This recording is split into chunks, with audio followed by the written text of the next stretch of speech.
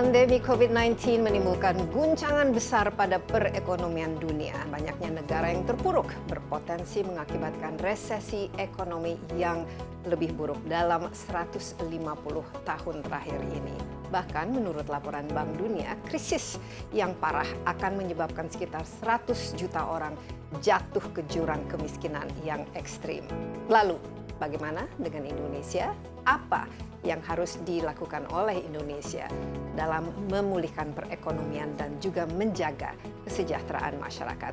Insight kali ini membahasnya bersama saya, Desi Anwar.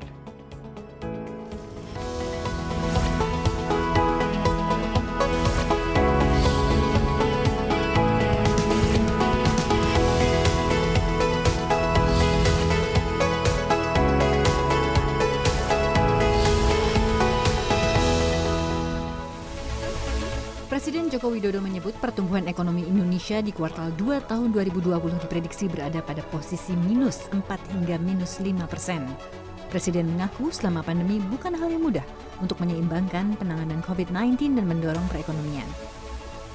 Oleh sebab itu, Presiden meminta dalam waktu 3 bulan ke depan semua pihak terkait bergerak cepat untuk memulihkan perekonomian nasional.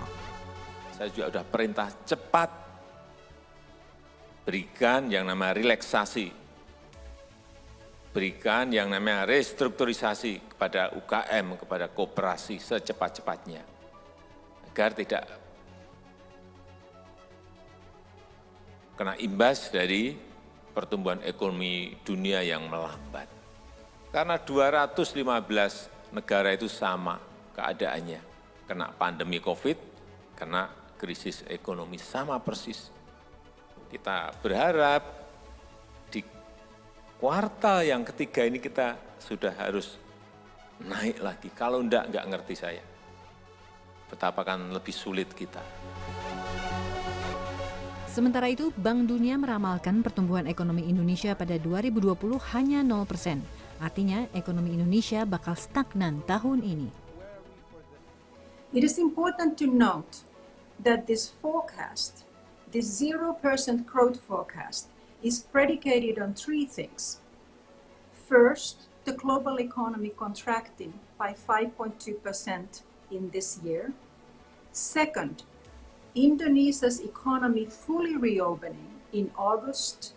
And third, there being no second wave of infections. Bank Dunia juga memperkirakan pemulihan ekonomi di Indonesia akan terjadi secara bertahap. Apabila semuanya sesuai dengan skenario, pertumbuhan ekonomi bisa kembali bangkit pada 2021 menjadi 4,8%. Ya, pemerintah Indonesia mengambil langkah pemulihan ekonomi nasional untuk mengurangi dampak dari COVID-19. Program ini merupakan respons atas penurunan aktivitas masyarakat, khususnya pada sektor usaha mikro, kecil, dan menengah. Apakah langkah Indonesia ini sudah tepat dan kira-kira bagaimana prospek ekonomi Indonesia ke depan? Saya sudah tergabung lewat Zoom ya bersama Kepala Ekonom Bank Dunia untuk Indonesia, Frederico Gil Sander. Hello, Frederico. Hi, Frederico. Hello, good afternoon. How are you? Are you well, healthy? Yes, thank you. I hope you are as well and your viewers. Yes, it's important these days to keep healthy. And also we are maintaining our social distancing, as we can see. We're doing the interview via Zoom. Now, Frederico, I mean, Indonesia's just like any other country in the world that is now facing the COVID-19 pandemic. It's an economic shock. It's, it's not looking good for us, both in Indonesia and in the world. What would you say would be, from your point of view, the immediate economic impact that COVID-19 has on Indonesia? And what sort of prospects can we expect towards Indonesian economy due to this COVID-19? Thank you. As you mentioned, I mean, this is a crisis that has really affected most countries in the world. It's not just Indonesia. We have two channels of impact how economies are affected by the COVID crisis. One is the external side. We've had a freeze in tourism, so tourism flows have halted. Commodity prices, they've recovered, but they also took a big hit because global demand has weakened. Global trade has also weakened, so countries that are plugged into supply chains have their exports affected.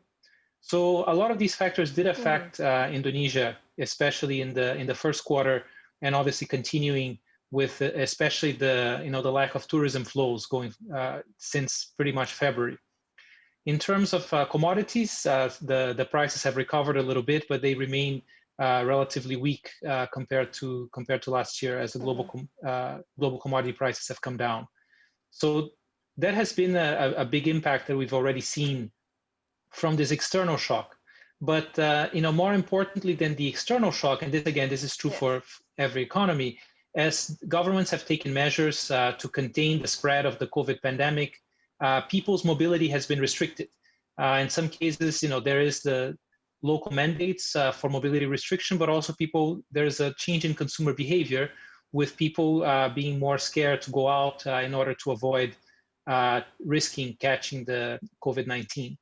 So this, of course, meant that a lot of the retail sector, a lot of the sectors that involve face-to-face contact, those sectors have slowed down quite significantly. Frederico, just very quickly in terms of numbers, because we are now in the month of July. Now we've been facing this since the month of March, and it's not going anywhere. Could you give us some sort of projections in terms of numbers and where we can actually see the light at the end of the tunnel? Obviously, we're nowhere near our growth projections since the beginning of the year.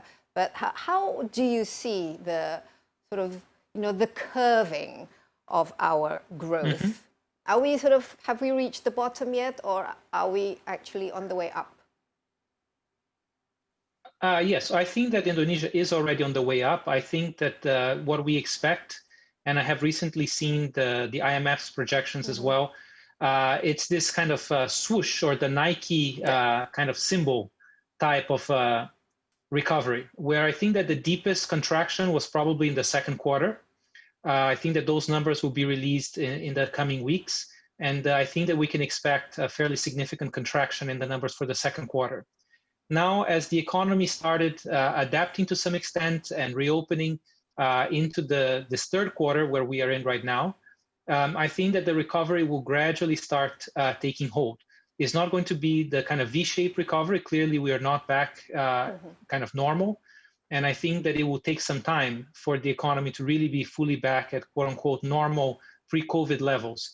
So this is why we are forecasting in terms of numbers, 0% growth for 2020. I think that that's still a reasonable forecast, and that we can actually have flat growth for this year, with the economy starting to recover in the third quarter and continuing that recovery into the fourth quarter.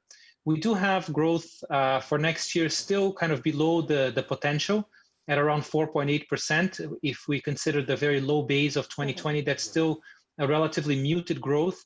And the pickup really only in 2022, where we project over 6% growth for the Indonesian economy. That's from the very low base of the previous 2 years. And that's assuming that by then there will have been a vaccine that will have been deployed, and therefore economic activity can more or less return to its pre-COVID levels. Okay, so Frederico, this year, 0 growth, next year, 4.8%, 2022, maybe 6%.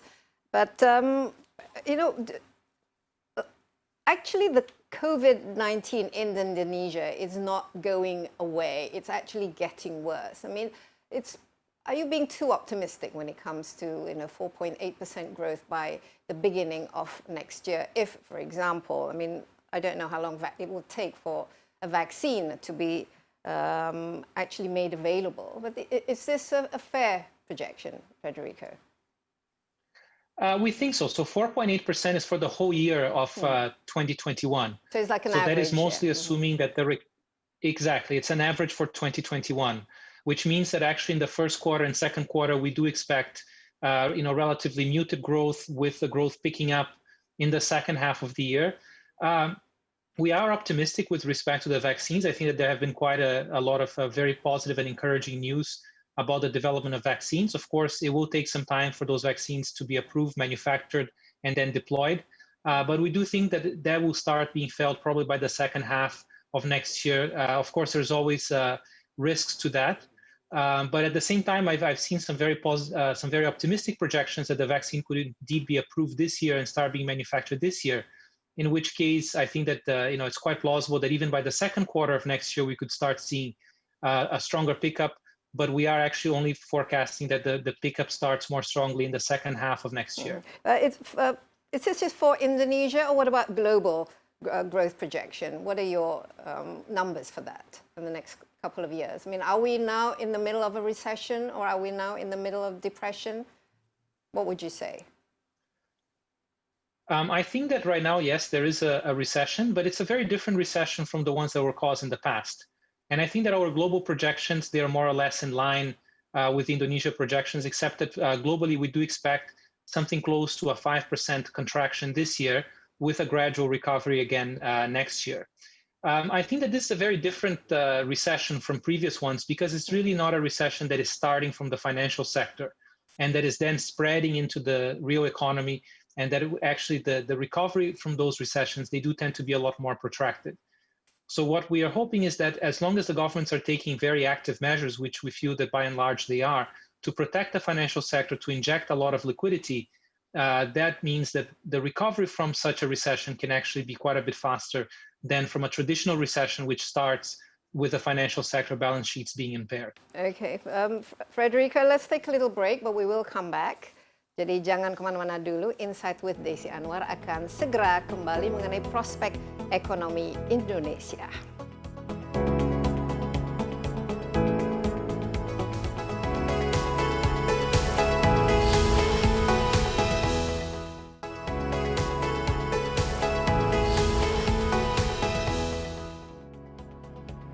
Ya, Anda masih bersama Insight with Desi Anwar. Fokus pembahasan kita kali ini mengenai prospek ekonomi Indonesia ke depan di masa COVID. Saya ditemani lewat Zoom oleh Kepala Ekonom Bank Dunia untuk Indonesia, Frederico Gil Sander.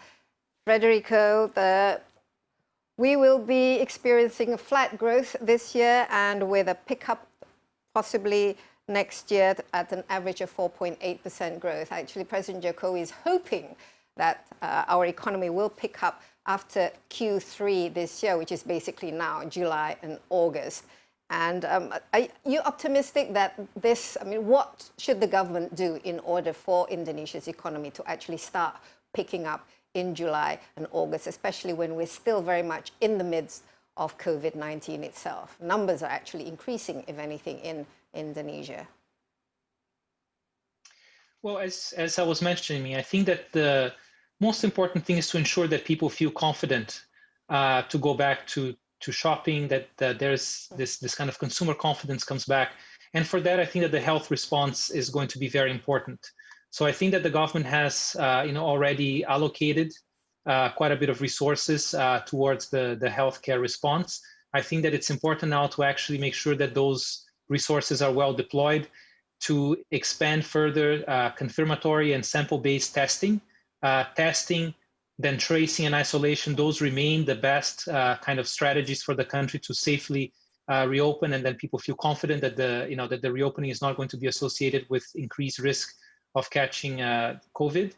And then also continuing to expand the capacity of the healthcare system to meet the possible increases in COVID as the economy reopens, but also to be able to treat all the other diseases that people may have in addition to COVID through the health system. So I think that this is actually paramount to continue to ensure that the health response is strong. Number two, I think that the government did very well in enlarging very significantly the social assistance, all the bansos that is being given to people. That's right, yes. That's actually very important because people don't have jobs, because the income has been reduced, but also it helps circulate the money in a lot of the grassroots communities.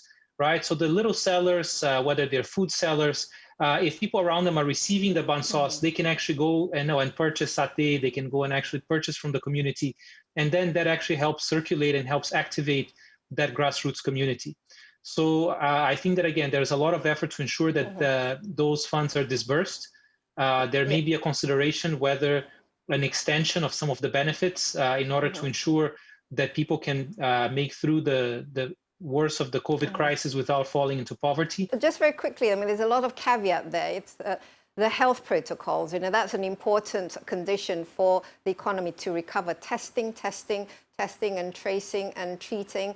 But this is something that Indonesia, we have not been able to do very well. We're still very much behind when it comes to testing. And the other thing is there seems to be sort of a slowness when it comes to actually implementing government spending. And also perhaps, I'm not quite sure, how effective is this aid, so to speak, the bantuan sosial that the government is doing? Is it going to the right people? Is it actually being used in the right way? Do you see the government actually allocating the COVID budget effectively? Because there is a lot of funds being put aside for COVID-19. So I can speak definitely to the issue of the bansos, because the World Bank has done a survey, high-frequency surveys. And we do see that a lot of these resources are starting to reach people at the bottom 40%, at the people who actually have been affected by loss of income from COVID. So, of course, as the president himself has urged his ministers to actually accelerate the implementation, we do hope that the implementation can be further accelerated. And that may already have been the case. Our latest data is until the end of May. So we hope that these programs have been accelerated. But that actually is a very effective part.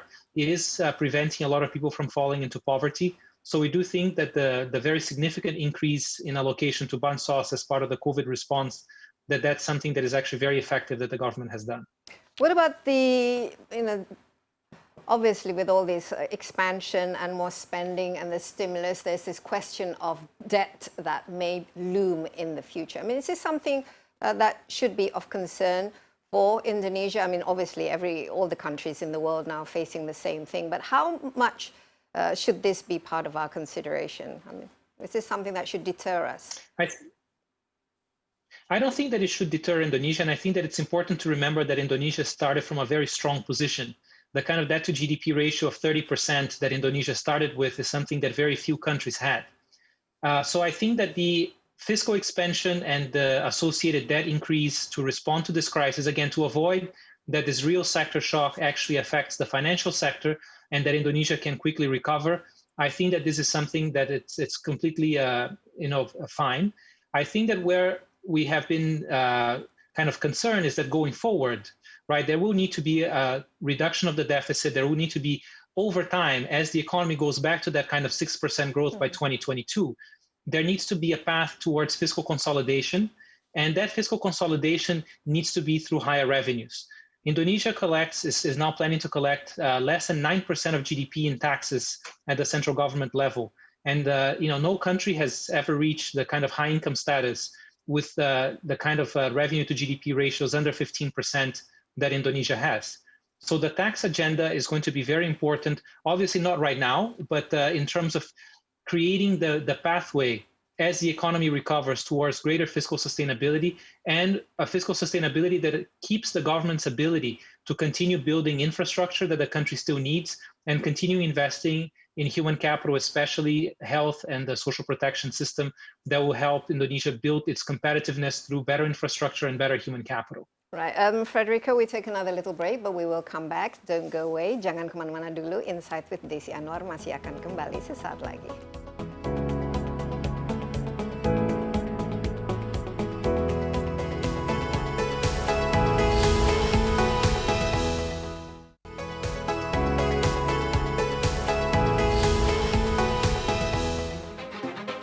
Singapura terjerumus ke jurang resesi.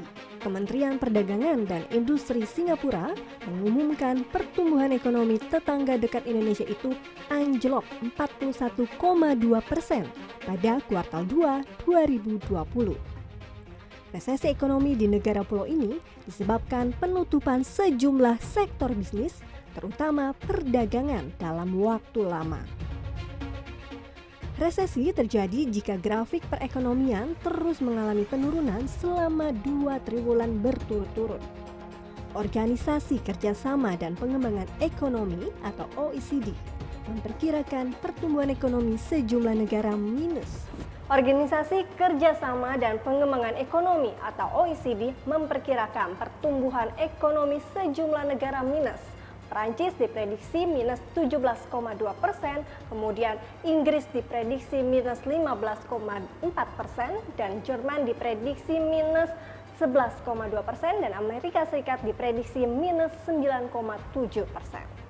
Mengantisipasi kemungkinan tersebut, Presiden Joko Widodo meminta para kepala daerah di Indonesia menggenjot perekonomian di kuartal 3 2020 agar Indonesia terhindar dari resesi. Itu saya minta pada para gubernur agar rem dan gasnya ini diatur betul. Jangan sampai tidak terkendali. Nggak bisa kita ngegas yang hanya ekonomi aja nggak bisa. Nggak COVID-nya juga nanti malah naik kemana-mana, nggak bisa. Dua-duanya ini harus betul-betul di gas dan remnya diatur betul. Semuanya terkendali semuanya. Oleh sebab itu di semester kedua, terutama di kuartal ketiga, kita harus berani berbuat sesuatu untuk ini diungkit ke atas lagi. Menurut ekonom Indef, Bima Yudhistira, diperlukan peningkatan rasio stimulus untuk mencegah resesi. Nah, Indonesia ini stimulusnya baru kisaran 3,9% dari PDB. Artinya kita harus meningkatkan rasio stimulus, memperbesar khususnya stimulus di sektor kesehatan, karena penanganan kesehatan itu juga merupakan hal yang krusial terhadap pemulihan ekonomi. Dan kita juga perlu meningkatkan ketahanan ekonomi melalui stimulus yang lebih besar di sektor UMKM. Dan paling penting juga selain alokasi yang besar adalah realisasi stimulus harus bisa lebih cepat.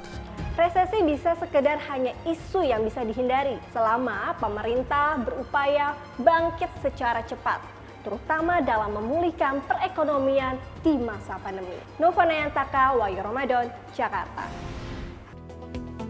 Ya, kita lanjutkan Insight with Desi Anwar. Kita membahas mengenai prospek ekonomi Indonesia ke depan, ditemani oleh Kepala Ekonomi Bank Dunia untuk Indonesia lewat Zoom, Frederico Gil Sander. Frederico, we shouldn't worry too much about that, but we should worry about our deficit. And of course, like you mentioned, Indonesia's tax collection is well below what it's supposed to do. It's well below 15%. Now, as we've seen during these COVID crises, there are winners and losers when it comes to industries and businesses.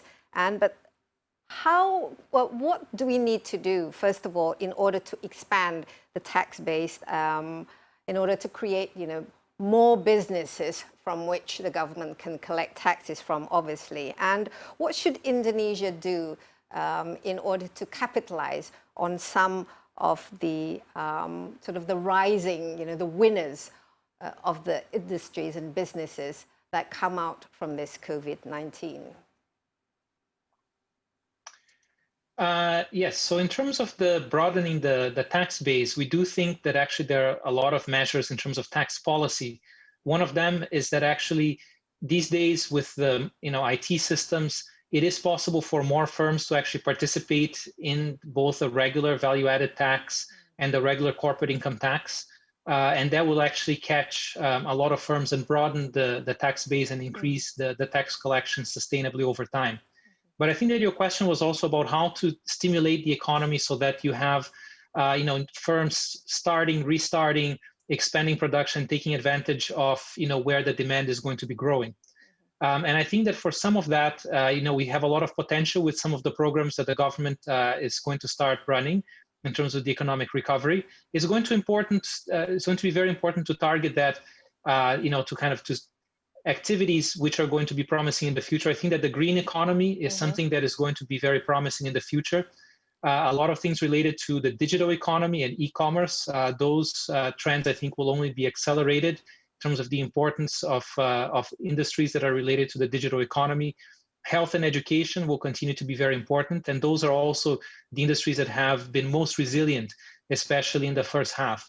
But in order to do that, I think that I go back to my previous answer about why it's going to be important to reduce the deficit by increasing taxes as opposed to cutting expenditures, because those types of activities require infrastructure, even better digital infrastructure, and it will require the human capital, people who can actually be in those sectors of healthcare, education, sectors related to the digital economy require digital skills. So a very heavy investment in human capital is going to continue to be very important so that Indonesia can take advantage of some of these new opportunities that are emerging post-COVID. And Frederico, infrastructure building, I mean, President Jokowi has been quite bullish when it comes to building infrastructure, but we've slowed down quite a lot, obviously, with this physical distancing and the lockdowns and so on and so forth. Is this a good time to actually go back to implementing those infrastructure projects, or should that come at a later term when, for example, other things have been addressed, such as, creating new jobs or alleviating poverty and so on? No, we think that the closing of the infrastructure gap is actually something that is helpful to alleviating poverty and to restarting the economy to create jobs, because the firms that can benefit from that better infrastructure, from the better connectivity, from the more reliable electricity, those are going to be creating jobs. And they do need the good infrastructure in order to be creating more jobs. So we think that there was some understandable reallocations this year away from the infrastructure budget. We hope that the infrastructure budget can be restored next year because there's still a role for government to play. But on the infrastructure space, what we do think is that it's going to be critical for the government to be attracting more private sector financing for infrastructure, because the public funds, even by restoring the infrastructure budget, realistically, they're not going to be sufficient. So improving the regulatory environment, the institutions, and financial products to attract more private sector participation in infrastructure is going to be important. But probably the number one thing is to really recalibrate the role and the incentives of the state-owned enterprises, many of which are involved in infrastructure development, to catalyze the private sector entry, as opposed to crowding out the private sector, as sometimes has been the case. Okay, what other reforms do we need, especially to make sure that Indonesia does remain competitive in the future and can actually create more businesses and also attract foreign investments when it's time for them to come in? So we do think that the Omnibus Bill has huge potential to turbocharge this post-COVID economic recovery. It is a major review of a lot of investment and trade laws. We think that will actually boost investments, create jobs, help Indonesia join global value chains. Some of that opening to foreign investment and some of the opening to trade, introducing a more risk-based approach to import and export, for example, reducing trade costs, eliminating discrimination against FDI in sector-level laws. All of these are very good things that are in the Omnibus Bill, and we do hope that the Omnibus Bill will be passed. As I think that the World Bank has also been on record that we do feel that there are some reforms, especially related to the environment, that may actually be detrimental. That they actually try to address correct concerns, but actually not having them in the Omnibus Law may actually there may be a more productive way of addressing those concerns, which is about the implementation of the environmental law. Indonesia actually has a very good practice environmental law. And I think that if we can improve the implementation of that rather than changing it through the Omnibus Law, that will in fact position Indonesia better for this world that is going to be much more concerned about green development. Yes, obviously this is something that is still being discussed and quite controversial, especially when it comes to labor issues. But quickly, Frederico, before our break, how attractive are we compared to, for example, our neighboring countries like Vietnam and even now Myanmar when it comes to our labor laws and the quality and productivity of our workers here? Yeah, I would say that it's not all about the labor laws. The labor laws get a lot of attention, but when you compare Indonesia, certainly historically over the last few years, with places like Vietnam and Myanmar, I think that it's more about the openness to foreign investment, the regulatory environment, providing certainty for investors about how their investments are going to be protected going forward. The availability of infrastructure is something that is very key. And the labor is not so much about the cost of the labor, which is actually the cost of the Indonesian labor is not very high, but the productivity of that labor, which brings us back to that skills agenda that is extremely important for the labor to actually be productive, which will also lead to higher wages for the workers naturally. Now, Frederico, as we mentioned, tourism is badly affected during the COVID-19, and obviously the tourism industry is a very important revenue generated for Indonesia. It also employs a lot of people, most of whom are the small and medium enterprises. And in what areas can we expand sort of businesses that focuses more on the small, medium enterprises, just in case, tourism doesn't come back in the near term? Thank you. So I think that, I can think of three important areas that Indonesia can continue to expand. One of them is still tourism. I mean, I think that, post-COVID, the emerging middle classes in Asia, in India, China, ASEAN, they will continue to want to travel and they will continue to want to come to see beautiful Indonesia. So continuing the investments and promoting tourism, especially the infrastructure and the skills that are required, is going to be actually very important. So I would not write off tourism for sure. It will take a while for that industry to recover because of COVID, but I think that it will come back. So in the medium term, tourism remains a good bet. The second one is actually manufacturing. Maybe in 50 years, the robots are going to be making everything and there will not be a need for anyone to have jobs in manufacturing. But for the foreseeable future, maybe 10, 20, 30 years, I think that we'll still need people in the manufacturing industry. And in particular, if we look at the transition towards a greener economy, things like solar panels, things that are actually related to a greener environment, those industries are still going to be actually growing. And I think that Indonesia has a lot of room to expand some of those industries, especially on the manufacturing side. And third one is actually on agriculture. Agriculture will always be an important source of employment, certainly again in the kind of the medium-term horizon.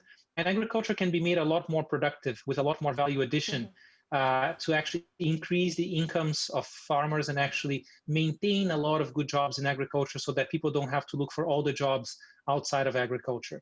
So I think that those three areas, they're not for the immediate future, but I think that over time, those can still be important sources of growth and job creation in Indonesia. Okay, but obviously all of them need what we call investments in human capital. And this is, I think, what we need to discuss, but we take a little break. Jangan kemana-mana dulu, Insight with Desi Anwar akan segera kembali.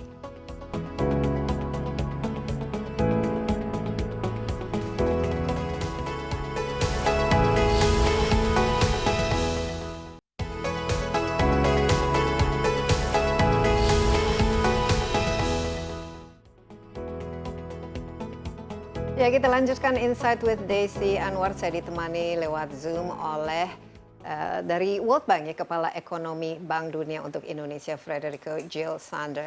Frederico, I'm so happy to hear that you're very upbeat about Indonesia and you're optimistic about Indonesia's economic prospect. Although I think I can detect, lots of caveats. For example, one of the things that we need to watch out for, because as our dependency on all things digital and technology, and there's going to be robots and AIs and automation. The key is actually in creating productive and also skilled laborers, and this is something that I think Indonesia need to invest more, which is the human capital. What are your thoughts, and how do you see Indonesia? Are we moving? Are we doing it correctly? Are we investing enough in our people to create competitive, skilled, and also to create this, what you call the value-added products that would help Indonesia's economy? So I see a lot of progress recently, but also there is a lot more that needs to be done. We saw the stunting rates for Indonesian children come down significantly in the last few years, but they're still quite high. At over 30% of children that are stunted, that number is still quite high, and that is something that is going to weigh on the labor force of the future. And I think that with COVID, some of these human capital challenges only increase. We know that now with the schools closed, there's actually a very significant risk of children dropping out. Younger children, also older children, people who are enrolled in training courses, either because they get disengaged or because they need to be in the labor market earning income for the family. But that actually is very dangerous for the accumulation of human capital in the country. So actually taking all available measures, both engaging the schools and also providing the right incentives for the students to not drop out, actually complete their their basic education studies and then move on to skills training, maybe at university level, maybe at the technical and vocational level. That is actually going to be very important to continue to build this trajectory of increasing the human capital of the labor force. What do you think of our education, the quality of our education? Of course, our Minister of Education is sort of trying very hard to sort of modernize and making sure that the school leavers are ready to work and, rather than, end up queuing for a job. Now, perhaps you can share with us how do we compare with our neighboring countries when it comes to producing skilled workers and people with the right education for the right jobs? I think that remains a very significant challenge for Indonesia. I think that if we look at the results of the most recently released PISA, the Program of International Student Assessment, Indonesia still ranks behind most of its regional peers. So that means that a lot more effort needs to be put in terms of really enhancing the quality of education. Education is delivered at the local levels, so ensuring that people demand more and that the government can actually help local governments deliver better at the local level, especially in terms of basic education, early childhood education. That is something that is going to help Indonesia achieve the labor force that it needs for the future. Frederico, as the whole world, you're all going digital. Technology is, we take it for granted, and there'll be jobs lost to, automation, AI, robots, what have you. How badly would you see Indonesia will be affected by all this, particularly since we have such a large labor pool? We have what's so-called a bonus demographic. We need to create jobs and quality employment for Indonesians. But, how will we fare when this comes to a head? I think that depends a lot on some of these investments in infrastructure and human capital that we have been discussing. I think that in the future there will be jobs. They're just going to be different jobs from the ones that we have today. We have to think about this large and expanded Asian middle class. This middle class is still want to consume a lot of services. So tourism, for example, you can never do digital tourism, as I'm sure that many of us are experiencing. There is nothing like experiencing actual being in a place and having people actually having that person-to-person interaction is not going to go away. So, and also, even if we have a lot of automation, you still need people to maintain those machines. You still need people to operate those machines and robots. Of course, the skill level of these workers needs to go up, right? So the jobs of the future very likely will require higher skill levels, which is why we emphasize so much the importance of the human capital agenda, because your labor force of today, they really went to school about 25, 30 years ago. So it is an investment that if 25, 30 years from now, when the robots may indeed be taking over manufacturing, we want those workers coming into the labor market to have the level of skills that they need to take up the new jobs that will be created. Yeah, obviously more human capital investments and also making sure that the quality of the education is the right one. I'm interested, you mentioned about, the middle class, and I noticed that the World Bank is now calling Indonesia, we sort of graduated to an upper middle class level from a middle level income.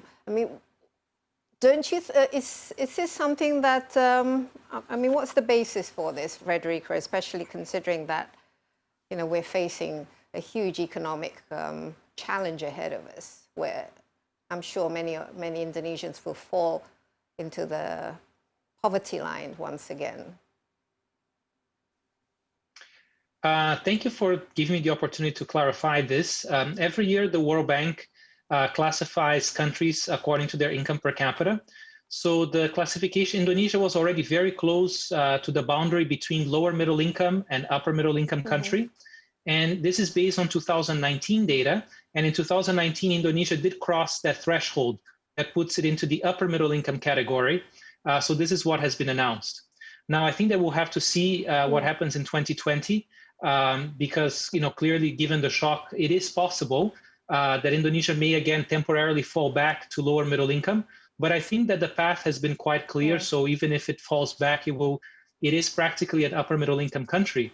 And I think that the challenge is not to be stuck in this middle income level. I think that we don't, it's the middle income fear trap. of the middle income trap. Exactly. And then converting this middle income country into this middle class society where precisely, people feel that they have economic security, that they can, provide the housing, the education for their families that kind of makes them feel comfortable. And I think that for that, the challenge is still quite large. I mean, our latest estimate is that just over 20% of Indonesians can be considered to be part of this economically secure middle class. So converting this upper middle income country to a much wider middle class, I think that that's kind of the challenge that will take Indonesia also into the kind of the high income level that it aspires to. Okay, Frederico, we'll take another little break, but we will be back. Jangan kemana-mana dulu, Insight with Desi Anwar akan segera kembali.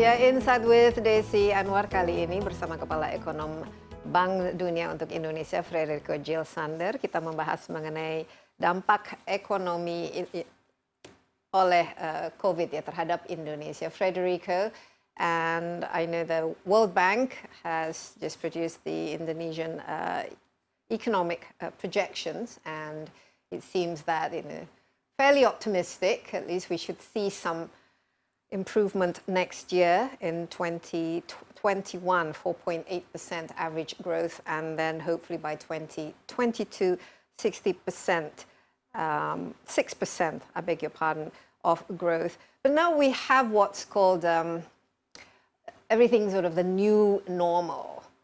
And what would you say would be the new normal for the economy? For example, with Indonesia, obviously, with COVID, we've seen some sort of the weaknesses magnified. We need sort of more equity, more income equality, something which is much more an economy that is resilient to future pandemics, for example, and also an economy that is much more inclusive and it does not impact the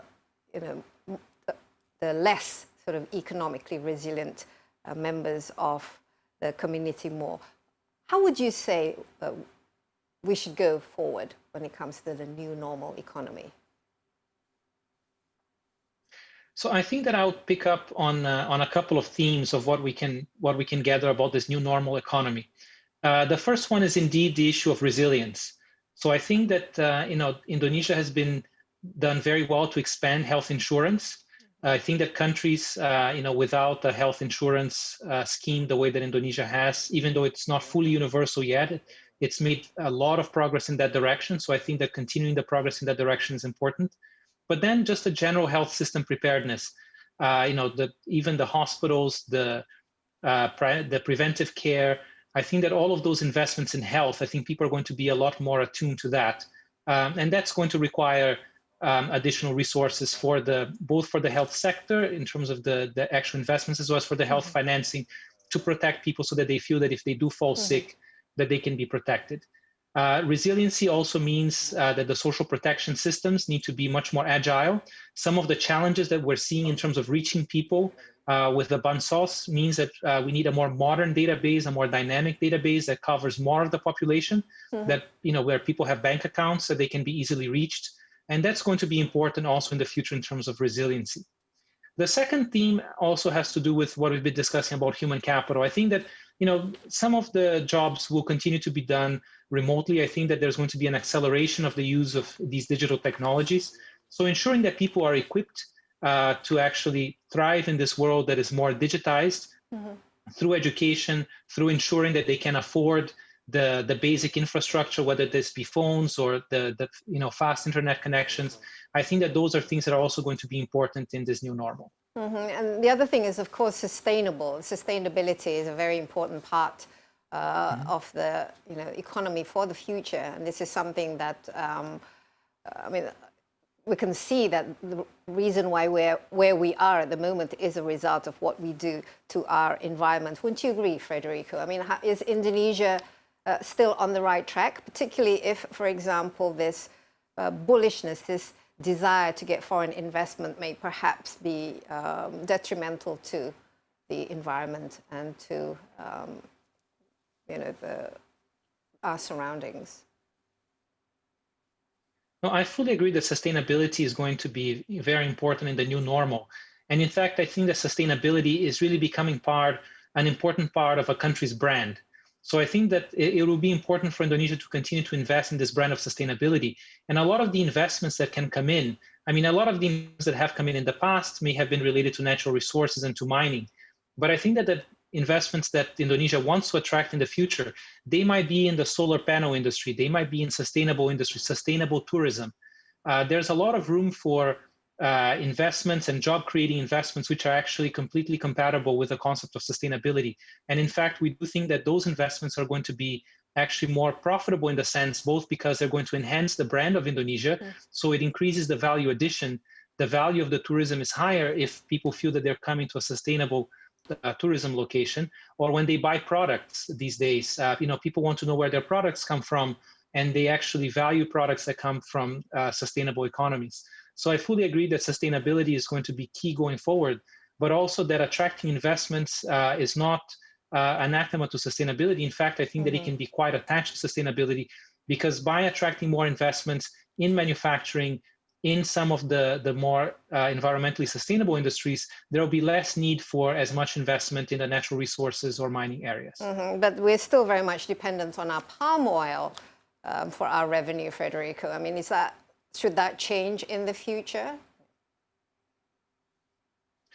Well, as I said, I think that agriculture can continue to play an important role, and I think that in that context, there's probably room for palm oil. I think that what is going to be important is to enforce some of the existing policies. President Jokowi did have a moratorium on expanding the planted area with palm oil, and we see a lot of room for increasing productivity in palm oil. So investing more on the research and development, on the technology in agriculture and in palm oil in particular, can actually help you maintain that as an important crop, increase the yields, but also ensure sustainability. Just out of curiosity, your Indonesian economic prospects report, what's the feedback from the government? Well, we had, during our launch, we were very honored to have both a speech by Pa Erlangga and also discussion with Ibu Sri Mulyani, with our current managing director, Ibu Mari Pangestu. And I think that they agree with a lot of the things that they see in the report. I think that they do hope that the growth can actually be even faster. But I think that they do recognize some of the priorities that we have listed. What are the things that they don't agree with? Indonesia, people never disagree very openly. Yes, and then, and you can never also criticize really openly. But Frederico, before we end, what's happening in the world when it comes to, we're seeing a recession in the world, but we're also seeing this very worrying sort of trade war between the US and China. And how is that going to impact countries like Indonesia? Is this something that is of concern, these two major players in the global economy? Well, I mean, I do think that global trade has actually served the global economy very well. And we are concerned about, some of the rhetoric recently in terms of global trade or countries that are looking more into self-sufficiency, because we think that actually self-sufficiency is less important than the concept of security, where people can actually forge strong multilateral partnerships that can actually ensure that trade actually benefits everyone. So, there is some concern about some of the recent developments, which really, started with the so-called trade wars affecting, two major trading countries in the world. And going forward, we hope that these things can be resolved, because trade has, and I think will continue to be an important engine for growth in the global economy. And in Indonesia, what has your role been, and what will your role as a World Bank continue to be in Indonesia in making sure that, we are facing the world in a much more sort of optimistic and positive way? I mean, how do you see your role in Indonesia's development these days? We do try to bring in a lot of the international expertise to have an independent, because we are not, the World Bank is basically a cooperative where Indonesia is one of the members of this cooperative. So we do hope to bring in, whether it's through our financing, also through our analytical reports, such as the Indonesia Economic Prospects, that we can bring in an independent view on some of the challenges that Indonesia faces, and that also some of that global expertise that is accumulated by actually learning about the experiences of different countries. And we hope that we can continue to contribute to Indonesia's path towards becoming this middle-class society and high-income economy going forward. Yes, and I hope we can maintain becoming sort of the upper middle income, and so we don't end up with in the middle income trap. Well, Frederico, thank you so much for your insights, and thank you for your optimism and for being upbeat about Indonesia's economic prospects. Thank you very much, Desi, for having me. And I think that I am from Brazil, and I think that optimism is a little bit in our DNA. So I'm happy to continue to be optimistic about Indonesia. Okay, and we can't get enough of optimism these days. Once again, thank you very much. Ya, demikian insight with Desi Anwar kali ini. Jangan lupa Anda juga dapat menyaksikan tayangan ini di cnnindonesia.com dan juga di YouTube CNN Indonesia, Insight with Desi Anwar. Sampai jumpa, stay safe, selalu gunakan masker, cuci tangan, dan physical distancing.